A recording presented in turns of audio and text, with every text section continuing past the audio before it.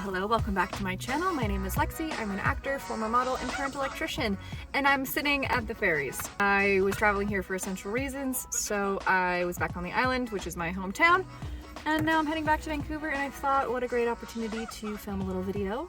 This one was requested by, I forget the name, but I will put them right here. And it is a what is in my tool bag video. So I have done two other videos kind of similar to this. I've done a top 10 tools that I use every day, and then a top 5 tools, which are great additions to your toolkit. So now we're gonna do the rest, and I'm gonna talk about the rest of the fun things that are in my tool bag. If you haven't subscribed already and you are interested in being an electrician or an actor or a model, then I would hope if you would subscribe. I put out videos extremely erratically, so ring the notification bell if you want to be notified when I am next posting. So since I am currently in between jobs and I start on a new site tomorrow at a university, I have my tool bag with me, which is why I have the opportunity to make this video. So without further ado, let's get into it. Starting off in no particular order, let's start with a hammer. A hammer is a great thing to have in your toolkit for a variety of reasons, because you need to hammer stuff is the main one. And this one is only a 16 ounce, so it's quite a light hammer. So if you're a lady or just need something a little bit lighter and not wanting to carry around something super heavy, 16 ounce is a great option. Next up, these little, oh my god, what is the name of these? Oh my god, I forgot the name of these, but these are wrenches. Oh my god, if you I'm totally blanking on the name, but if you know the name, please comment in the comments. Oh, it's been a long weekend. I'm sorry. But these are great. I have a little one and a big one. I think it's really great to invest in a combination wrench set, but if you don't have the means right now, these are good to have 2 of these so that if you need to, you know, unscrew some things that are stuck on bolts, you can just use both of these to get that done. Here I've got a file. It has one flat edge and one round edge. So this is really good if you're bending EMT pipe or cutting EMT pipe, because then you can use the round edge on the inside to scratch away any burrs that might occur, so you don't scratch up your insulation on your wires that you're running through the EMT. And then the back side is good for the other side, just to flatten it out. I also use this occasionally for core line when I have to make some Mickey Mouse core line connectors when I don't have the right ones, just to sand this down. It's a good resource to have, especially if you're in an industrial or commercial setting where you'll be having a lot of EMT pipe. All right, this is a hacksaw. This is also good if you're working in industrial, because this is good for cutting EMT. It's also good for cutting flex, so even if you are in residential, it's a good idea to have a hacksaw. I like this style because it's really narrow, so if you have to get into a tight space, it's not like the big square type, and it also just looks kind of cool. And you can replace the blades anytime, so whatever you need to cut, you can have custom blades for them. All right, I have locking pliers. I don't use these super often because I already have a combination wrench set that I use for most things that are tricky, but sometimes this is helpful to have if you need to lock something in place but you don't have the hands to hold it, because it obviously the jaws lock, and you spin this little dialy thing to make it smaller and can have that locked in place for whatever you need it to be used for. My dog is very hot in this car right now. Hey? Hey, sweet girl. Yes, you're hot, I know. All right, something that I never actually used in my first year in residential, but I've used a ton since working in industrial or commercial, are nut drivers. So I have, if you don't really have the means to buy a ton of nut drivers, it's great to get a combination nut driver. This one pulls apart and you can switch it to different sides. So you have like 4 different nut drivers in one. There's also a smaller one that I just don't know where it is right now. But I also have individual nut drivers. The one that I use the most is the, I think it's 7/16. It's kind of worn out. Yeah, 7/16. This is great when you have 3/8 bolts, which I might have some. I don't have any. These are great if you're installing, mounting things in cement. The sizing is great for the little nuts that screw onto that. Or if you're needing to pop in those, oh my god, what is the name of them? Quick bolts. These are great if you're using 3/8 quick bolts because they fit perfectly on the nut, and so you can put it over the nut and then use your hammer to bang them into the cement. So I really like this size. I also have 1/4 and 5/16, which I use pretty infrequently, but this one's definitely the most frequently used. These are also great for panel screws if you need to move around breakers to different spots, or as well as lighting fixtures. There's a lot of little nuts in there that you need to use these for. So if you're in industrial, commercial, or residential, I'm sure there'll be a use for these.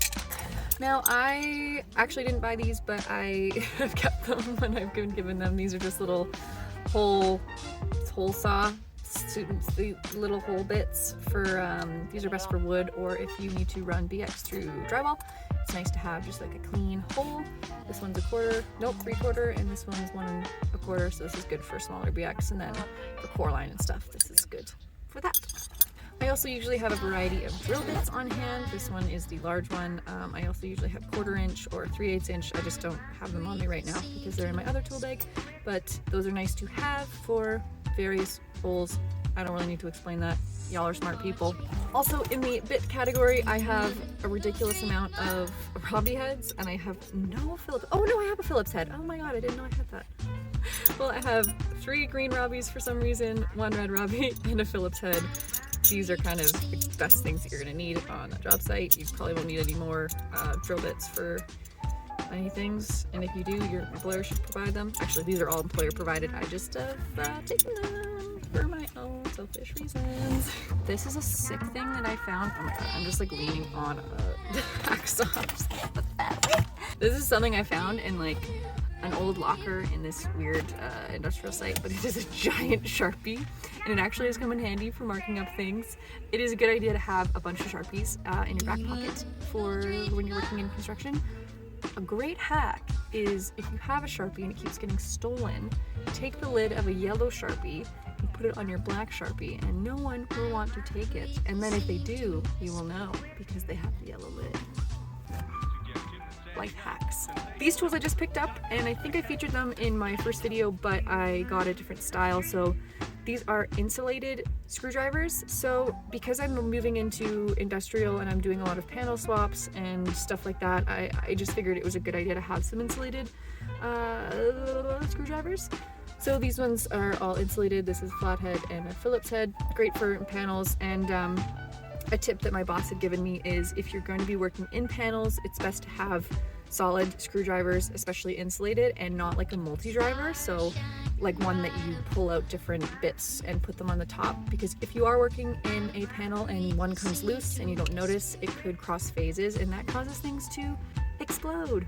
Basically, the entire code book is how not to set things on fire and explode things. And for now, last but not least, I have some Allen keys. I just recently bought these, but this is a smaller set, and I hate it because it's really loose, and whenever I'm trying to use them, they all flop around. So don't get this brand. This is Husky. Get something that is a little more stable. But this is for smaller ones, and then I have a larger set for bigger Allen keys.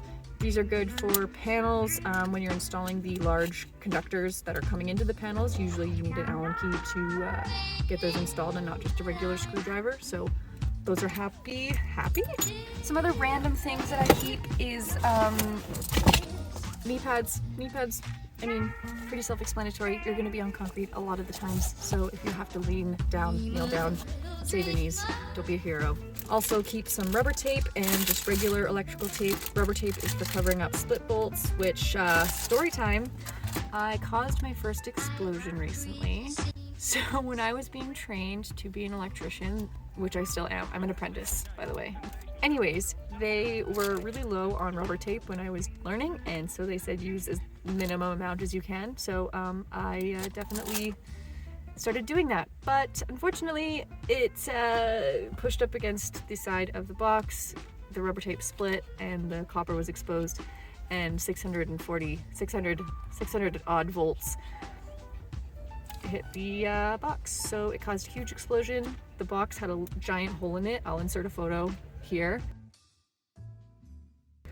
And I learned a very important lesson, that you can never have enough rubber tape.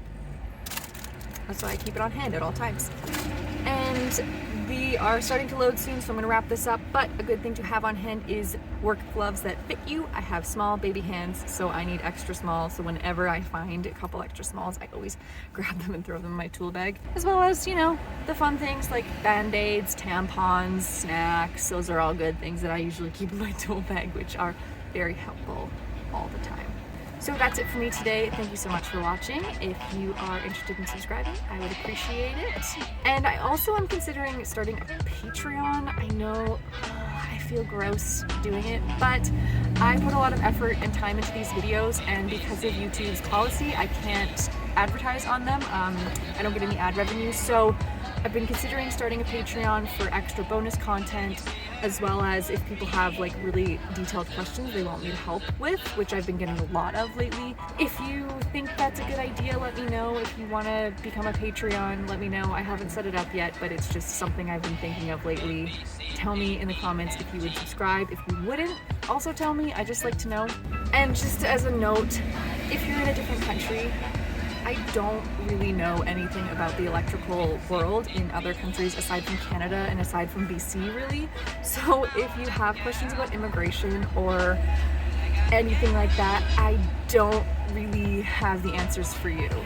That's kind of why I wanted to start Patreon, so that if people have these really specific questions that I have to spend a lot of time researching, at least like it'll kind of give me some incentive and hope to do that. Anywho, that's all for me today. Enough of me rambling. This is my dog. Thanks for watching. Have a great rest of your day, and I will see you in the next one. Bye.